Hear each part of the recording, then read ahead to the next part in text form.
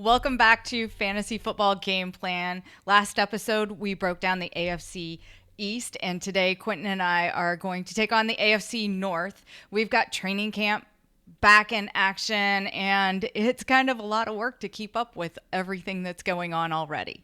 Officially 1 week away from our first football game, even though we won't really be able to see too many of the stars we're looking forward to. Football will be back. We'll have people in their jerseys, and they'll at least be to look forward to. Exactly. Yeah, I'm looking forward to that. Put them in pads, let them run around a little bit.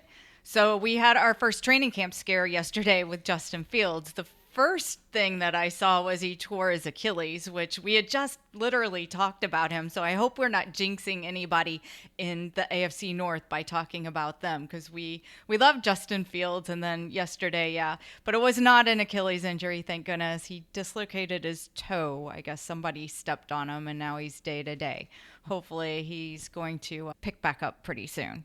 That is one thing to, as we're filtering out through these training camp news, a lot of these training camps make it so the players have to be carted off.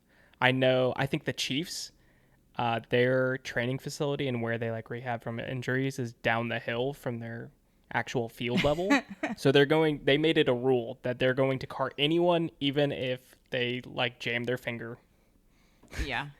That makes sense. I mean, we've been to Colts training camp, and it's a long walk back to that building. Yeah. And you don't want to ride your bike. A lot of them ride bikes back and forth, but if you got hurt, you don't want to be on a bike either. Exactly.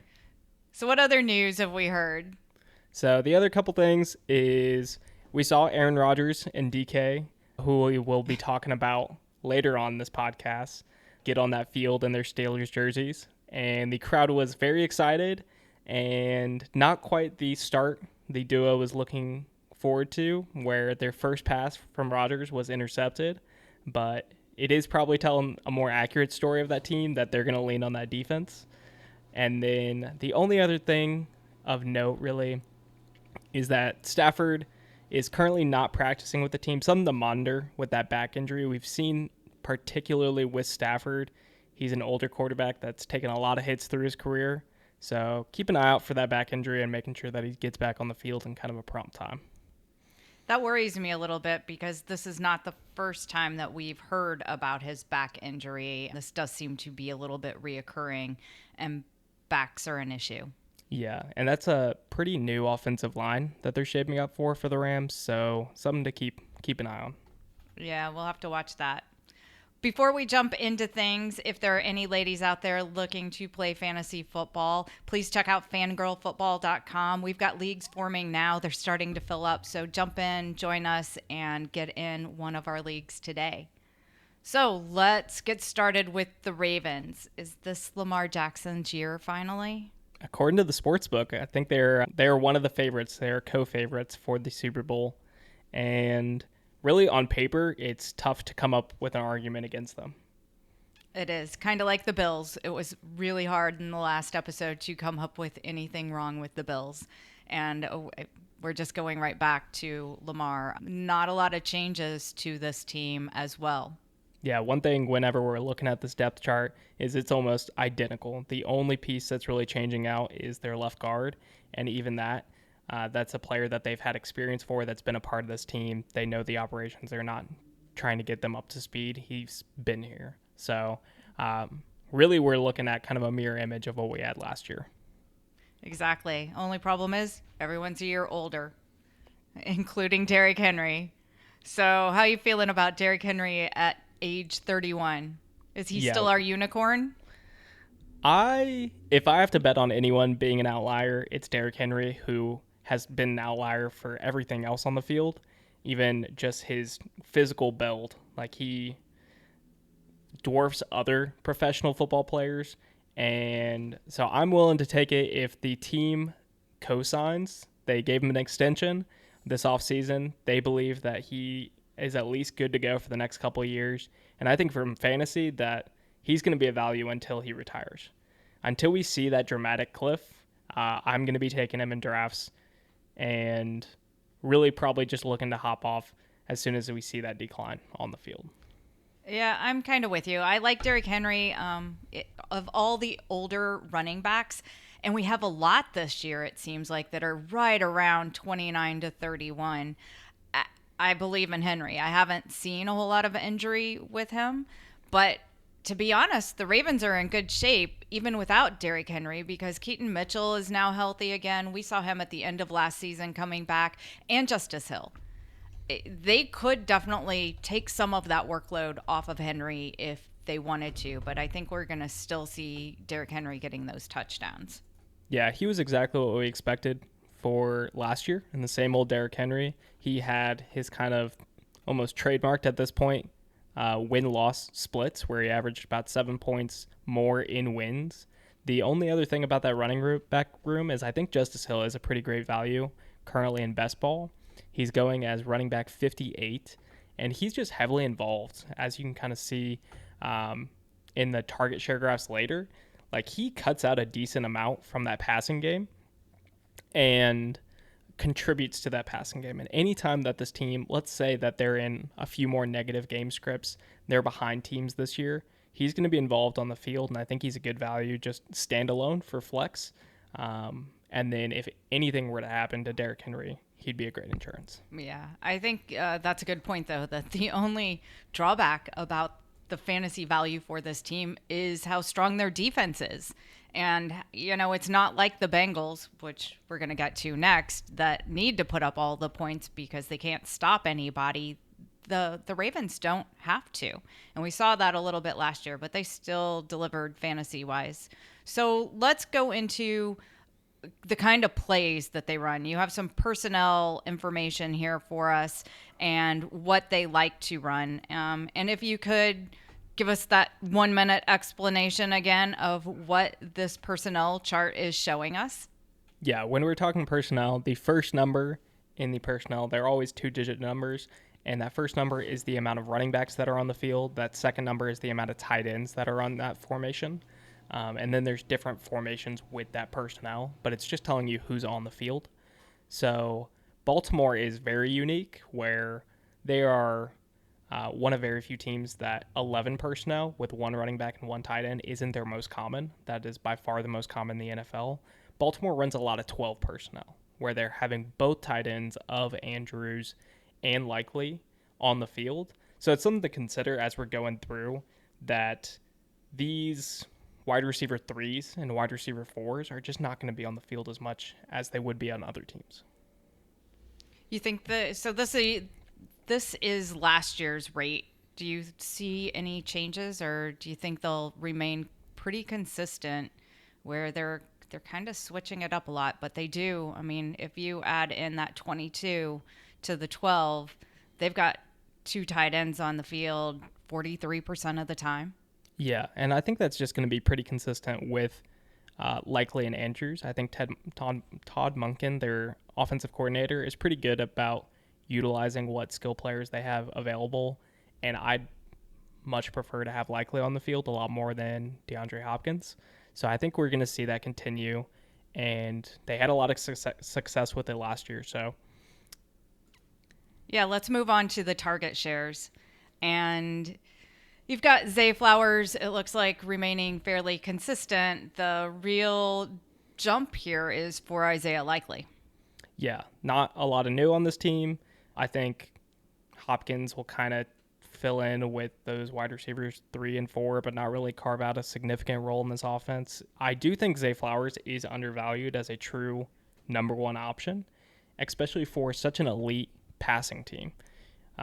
We watched Lamar throw for a ridiculous amount of touchdowns. He only had one rushing last year, and still Zay Flowers only wound up with 4 touchdowns, which when you compare it to Bateman and Andrews, who ran really hot on touchdowns, 1 in 7 of the Bateman and Andrews targets were a touchdown, not just receptions, but targets, throwing the ball towards them. That's crazy.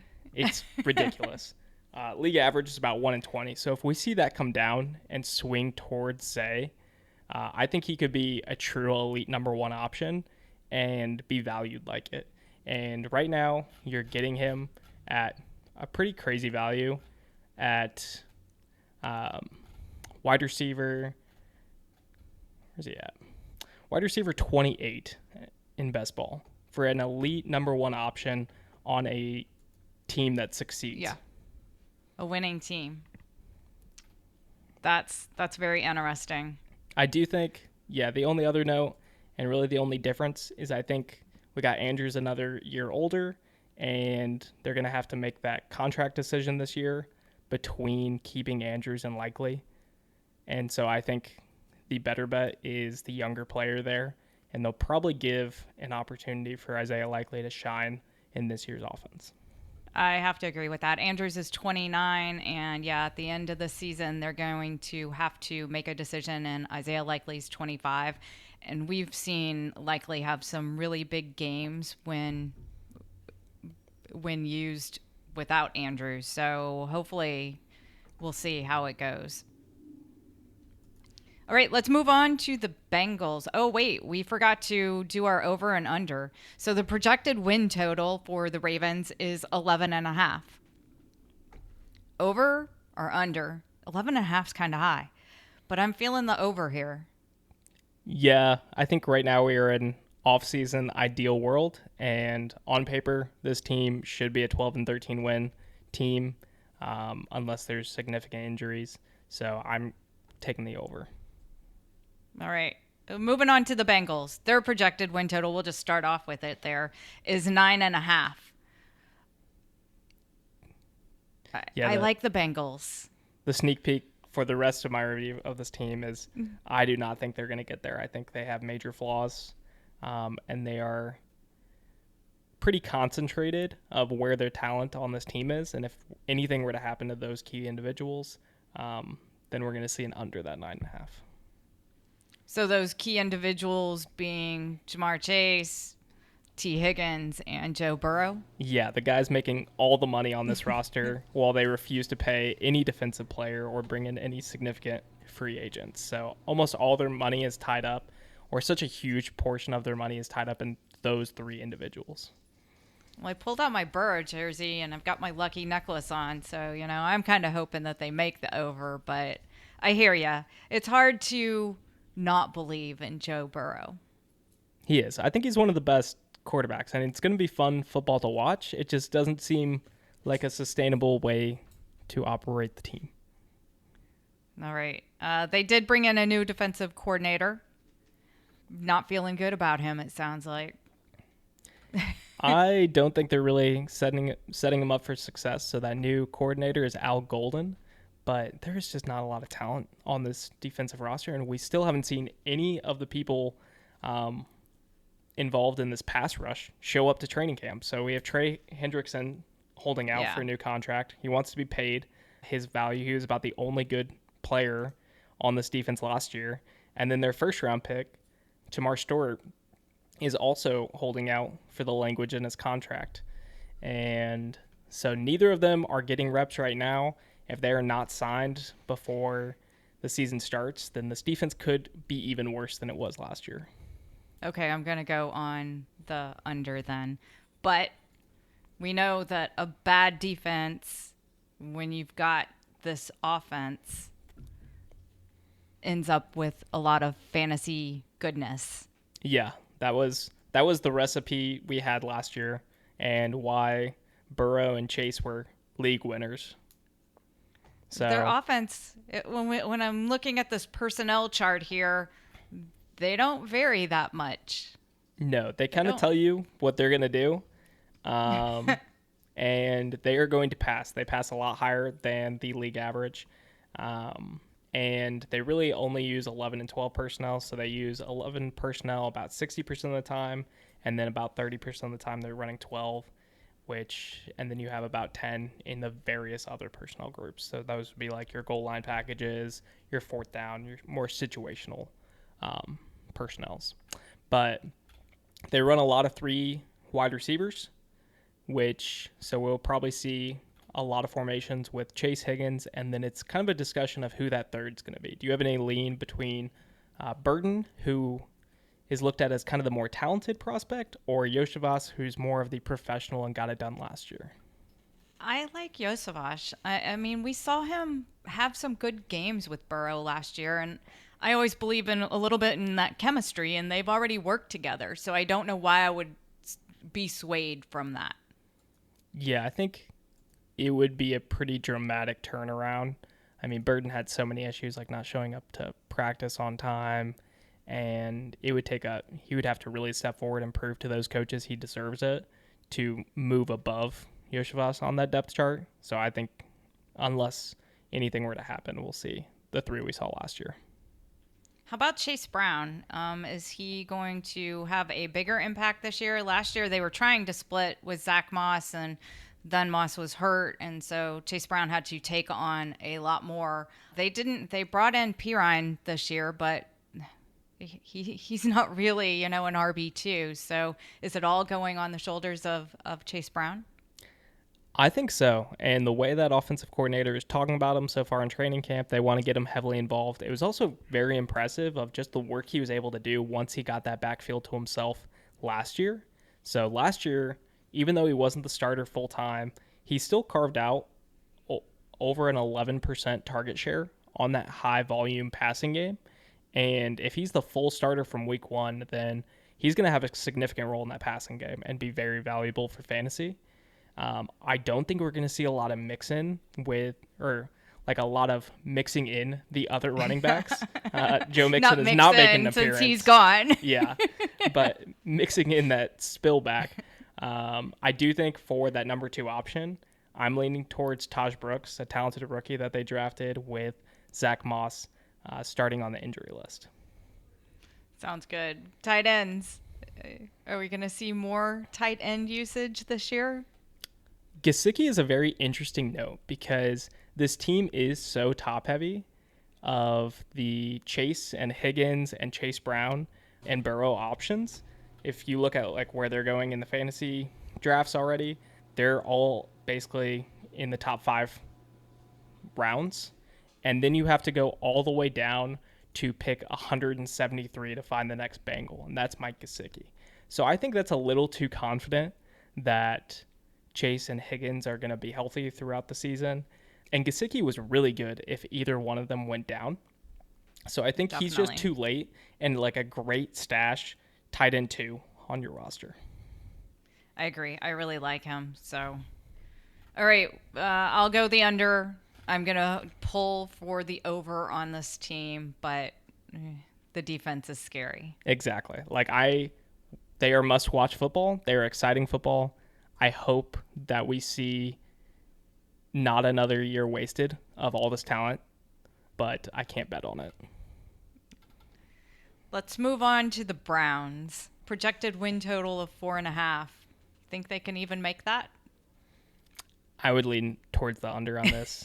I think especially coming from the Bengals, which are at least exciting, I don't know what the expectation for this group is. I think the hope for this group is that they don't make the history books of being one of the worst teams in NFL history, and they can just make it to next season. Yeah, there's not a lot going right on this team. So they did bring in a new rookie running back that I was getting all excited about in Quinton Judkins, but then he went and got arrested for domestic violence, and now he's out indefinitely. They hadn't even signed him to his rookie contract, so he doesn't even have a deal right now, and he's off, I guess, in Florida dealing with his legal matters. Yeah, he's not a camp, not signed, which does pave an opportunity for the other rookie they drafted, Dylan Sampson. So if anything, if this were to linger and he still does not arrive to camp, then I think Sampson will have a lot more of a role in this offense. It's just the question of, will that role be valuable? Well, I don't feel like Jerome Ford can stay there. He's not going to be the only running back that they're running, so it's got to be somebody else. So maybe he can become fantasy relevant, although I'm pretty much just out on this entire team, just crossing off all the Browns players because I don't know that there's anyone that I really want to draft from this team for fantasy. How about starting quarterbacks? How many are they going to play this year? Yeah, I think the line would have to be around 3. And it's like, do we get that 4th? I think that's basically just going to come down to, do they keep 4 going into the season? And they might cut one of these guys at the end of training camp and let them walk. I think they'll probably keep both rookies of Dylan Gabriel and Shadur on their roster just to try to get an idea if they have anything in those rookies throughout this year to evaluate and make a decision going into next year's draft. I think Flacco would be the best option for those pass catchers. Do you have a lean of who you'd want to see? I don't want to see Flacco. I mean, I saw him at the Colts last year, and that went very badly. Yeah. So I'll take somebody else. I don't know. Next up is Kenny Pickett. I don't really need to see Kenny Pickett again. So, yeah, give me a rookie and give me some hope. But I actually did like Shadur's tape coming into the draft, but the NFL kind of told us their thoughts on him, letting him go to the 6th round, and it's going to be interesting of how much of a leash that they're given it. The thing about being a 1st-round quarterback rather than like a 6th round is the moment you're bad, they have every excuse to pull you. When you're that 1st round, there's so much investment. People have your jersey and everything, but a 6th round is telling me like, yeah, you might not make this team. So do you think all the people that had Flacco jerseys from a couple years ago are like digging them out and putting them on and wearing them around? I think so. And I think that's the only reason I'm leaning towards him being the starter is at least a couple of years ago, this team was exciting and like made a push to the playoffs. And there's a lot of those veteran players still on this roster that, at least want to be they don't want to be a joke of the NFL. They want to be a respectable football team that people don't want to play and lean on that defense. So I think they're going to give it towards Flacco. Yeah, I think he'll start the season.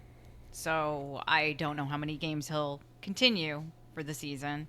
It just depends on, is he at least exciting? Do they actually think they can win games? We don't think they can. So that's a little bit different. Do we even need to talk about the personnel? It looks pretty simplified. Do they just go through so many players that they don't complicate things? Yeah, not too much going on. The only thing that they play a lot of 11 personnel at a 72% rate. So in 11 personnel, we're going to have 3 wide receivers on the field. And we should see a lot more Cedric Tillman this year. He had a concussion last year that kind of limited the amount of time he was on the field, but he really had a stretch of games that he was pretty valuable, and he was playing extremely well. So I am curious, now that he's back healthy again, if that'll repeat, if that was just a fun 3-game stretch we're going to talk about, or if it actually looks like there's some signs that that's here to stay. Yeah, looking at the target share graph, you've got him up there, so you think he's going to edge out Njoku for a bit. Yeah, I think it's going to be kind of a 3-headed attack here. Attack's kind of a strong word for I think what we'll see, but they'll at least split a majority of the targets between Judy, Tillman, and Njoku pretty fairly. Okay. All right, so we've got to make a decision. Are we on the under for 4.5? I'm going to take the under. I think this team, especially, I know the players want to put up a respectable performance, and they have some key parts of the defense that could make it tough and could just bring other teams down in the dirt with them, but they just don't have good enough quarterback play or skill positions, especially without Judkins, to win a lot of games. Yeah. What do you think? Is he going to make it back? Or is that just a big mystery? I guess the first sign would be actually signing a contract. So if we see that happen, then we're going to have to think more about him. Yeah, until it does. With the suspension too, like we might not see him until... We see him like push that off to next year. The NFL likes to, That's drama. True. They like typically the drama of it. Like waiting until the case has been ruled until they give out judgment, so... All right, well, we'll watch that, but we'll be on the under. All right, now we got the fun one. Let's get to the Pittsburgh Steelers. Projected win total is 8.5. And will Tomlin continue his streak? He's never had a losing season. Is this going to be his first losing season? I think I'm always inclined to pick the under, and I just get proven wrong. So what's another year of taking the Pittsburgh Steelers under and getting proven wrong again?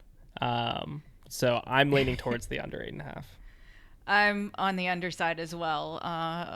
Another question in my head: who gets their way, Arthur Smith or Aaron Rodgers? They both got like big egos, and Arthur Smith wants to run the ball. Aaron Rodgers wants to run out the clock, which you would think they would go together, but in Aaron Rodgers' mind, it doesn't always work that way. I do lean towards we're going to see more of an Arthur Smith style, and I think Rodgers kind of had to agree to that to come join this team. The only reason I say that is because their offseason free agent signings and all the moves they've made have kind of supported a roster similar to the offensive style they've played previously. You know, focusing on the tight ends, focusing on the running backs. All right. So let's talk about the running backs. I know you like the new rookie that they brought in, and you have confidence that Arthur Smith is actually going to use him and not revert back to Jalen Warren or even worse, Cordell Patterson. Yeah. I think he's still making an appearance on this roster, which is pretty crazy. But I do really like Caleb Johnson. He was extremely impressive in Iowa, and I think this organization hand chose him. He was my third best running back of this draft class, with only Ginty and Hampton above him. So I really like his running style. I think he has that crazy productive Big Ten career in his past, similar to like Jonathan Taylor, that was also overlooked and let slip to the second round. So I think he gives Arthur Smith that running back that's going to consistently be where he's expected to be and make one move and get up the field. He also has a lot more speed than I think his workout would indicate from the combine. If you watch his highlights, you'll see plenty of breakaway runs. So I'm not really concerned with his ceiling outcome. I think he will take over the backfield sooner rather than later. You think Caleb Johnson was calling up Bijan and going, how do I get Arthur Smith out of my way? You cosplay as Tyler Algier. Yeah. So what about their personnel? What do they like to run? They are kind of similar to the Ravens, that they run a lot of extra tight end looks. Their one unique kind of trait is 13 personnel. They run 13 personnel with 3 tight ends. So on this team, that's going to be Jonnu Smith, Darnell Washington, and Pat Freiermuth. And they run all 3 of those guys on the field around 15% of the time, which is about 5 times higher than league average. And that's kind of crazy. And that's why they needed Jonnu Smith. Yeah. So I still can't believe they stole from Miami, but, you know, there must have been did. some behind-the-scenes issues there. Definitely. But they also, when they're running with those extra tight ends and those extra blockers, they're kind of telling you what they're going to do. When they're in that 13 personnel, they are only passing it 27% of the time. So we're going to just out-physical you. We're going to bring in these extra big guys. We're going to line them up, and we're going to tell them to go take on that linebacker one-on-one and try to free up Caleb Johnson. And then maybe we'll do a play action deep to DK or something off of that. So they're hoping that Aaron Rodgers doesn't have to throw it a whole lot. Yeah, I think his job on this roster is to help them continue to win that turnover margin like they do somehow every year. Not the way he started off training camp, but let's go into the target share graph. So they brought in DK Metcalf. They got rid of George Pickens. I guess Tomlin couldn't handle too much drama, and he already has enough drama with the ones that he brought in, so he shipped Pickens off so they don't have to deal with that drama. Yeah, we see a lot of departed targets on this one, so there's a lot of opportunity. And with just Pickens and Najee leaving, that frees up about a third of the available targets. And I kind of have Metcalf slotted in pretty 1-for-1 with what Pickens was able to do. I don't think he's the best fit with Rodgers, but I think he's still the clear number 1 on this team. And Rodgers pretty reliably goes to his number 1 option. But he doesn't have that same route running finesse and the ability to sit in zone coverage and kind of beat zone the way like a Devontae Adams does of Rodgers' pass. I do think... Do they have somebody that Rodgers may favor more that is a good route runner? there's a couple other options. So your other options are Calvin Austin, but my favorite is Roman Wilson. So they took Roman Wilson in last year's draft, and he really never got an opportunity. He suffered an injury in training camp last year, and then he was on the field for like one game and suffered another injury. So we never saw an opportunity for Roman Wilson to be a part of this team and cut out his role, but that was his skill set in his calling card in college, was against zone coverage and the route running finesse. And from early reports in training camp, he's the wide receiver running in the 12 personnel. So when they only have two wide receivers on the field, it's Roman Wilson and DK. So I like him as a deep sleeper. You can take him in like the last pick in a best ball draft. That's like 20 rounds. So he is a deep sleeper and someone to keep an eye out for waiver wires throughout the season. Yeah, as long as Aaron Rodgers doesn't poison this team, then maybe Roman Wilson can have a good year. We'll see. But I think we're still on the under. All right, so we've been through all the teams.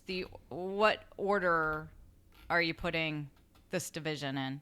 Yeah, I took the Ravens over and then the other three unders. And I'm going to go Ravens. Then I will go... I'm just going to be different and go Steelers and then Cincinnati and Cleveland. I think so. We have the top and the bottom kind of locked. They're given. Exactly. And right now the betting lines are one game difference between Steelers and Cincinnati. Yeah, it could go either way, or maybe they just end up tied. That is the wrap up for the AFC North today. Next week, we're going to be talking about the AFC South. So we are both have been to many Colts games and had frequent arguments about the Colts quarterback room. So I'm sure that will come up, and we will have lots of discussion on that next week. I'll be ready. I know we love to debate Anthony Richardson. Although I think you don't like to as much anymore. We'll see. Yeah, there's been plenty of training camp highlights coming out of that room, but there's also been plenty of interceptions, even in the practices already. So, yeah. All right. Well, don't forget, we've got the ladies' leagues forming at fangirlfootball.com. Jump over there and join one of our leagues, ladies. We'd love to have you. Otherwise, we will see you in the next episode on the AFC South.